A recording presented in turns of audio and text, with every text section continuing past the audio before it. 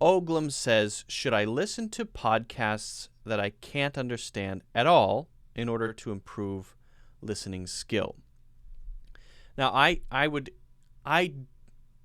don't believe, Oglum, that you can't understand at all. Maybe you understand maybe 10%, right?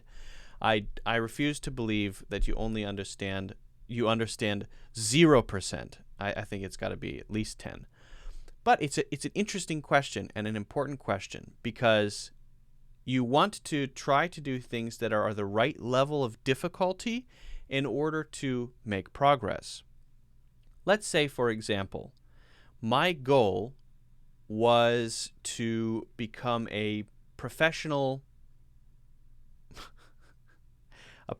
ice skater, okay?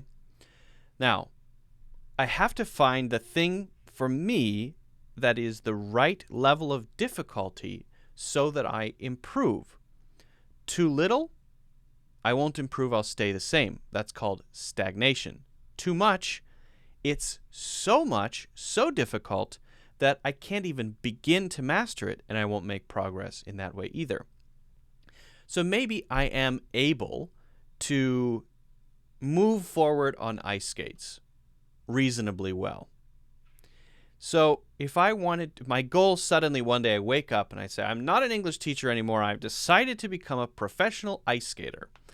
So what thing would I want to do next that would get me closer to that goal that I have?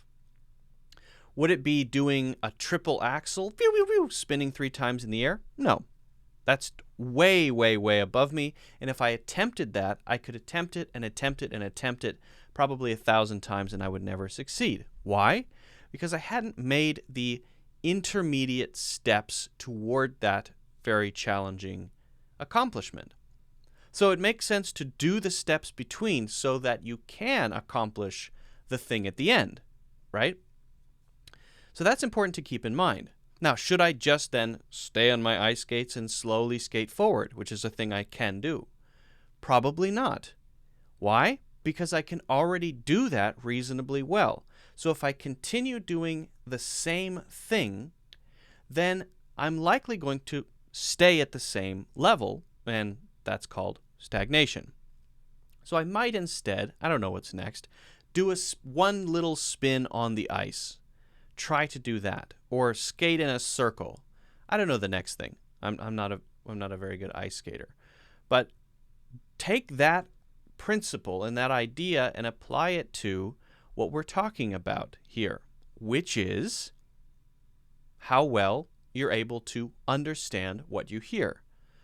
So if that's podcasts or TV shows or movies or books, in fact, you want to pick something that you can understand, I would say about 60%. You can understand 50 to 60%. And then the rest, 40%, say, it's very challenging, it's tough, you understand some words here and there, but not the whole meaning, or when you're listening, you don't quite get it. Then you have some footholds and handholds that you can use to, over time, make progress. And as you get to know the individual pronunciation of each person on that podcast, then you can understand them a little bit better. You pick up new phrases, you get used to their style of speaking, you understand more and more, and that then gives you more handholds so that you can understand up to 70, up to 80, up to 90%. Then you're able to move on to the next challenging thing, to the next podcast, which is more difficult. Maybe the Lex Friedman podcast or something, which is all about usually philosophy and technology and mathematics and computers and stuff like that. That's not difficult for how fast they speak. It's difficult for the content. It's kind of sometimes very dense material. So that would be my advice, is to pick something that you're at about 60% with and use that as your measure of what to do next. What is the next thing that challenges you? Where to start? Well, we all have different taste when it comes to things like podcasts, right? I mentioned the Lex Friedman podcast. I don't necessarily recommend that one. It's quite technical. It's usually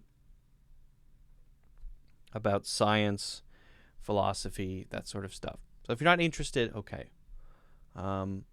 There's one that's relatively easy that I like to listen to. It's where I go to get most of my pop culture references. I don't really like to watch videos about pop culture, so I try to go to one single place to find out what's going on in the culture with the kids these days. And so I listen to the H3 podcast because I like the people. I like the team, the crew. I like the characters. And through that, I'm enjoying it, and I can also learn something about the culture that I'm not necessarily paying attention to usually. And that's something I want to get. I want to know what's going on in the world around me, even for stuff that I'm not particularly interested in. So that would be one to try. H3 podcast. I think it's pretty good. It's funny. I find it to be pretty entertaining. So check that one out. Otherwise, I would recommend sticking with something you're interested in and then always using that measurement of, is this so difficult I can't understand anything, or is it so easy that I understand 100%? Okay, so that would be my advice. It's a good question from Oglum.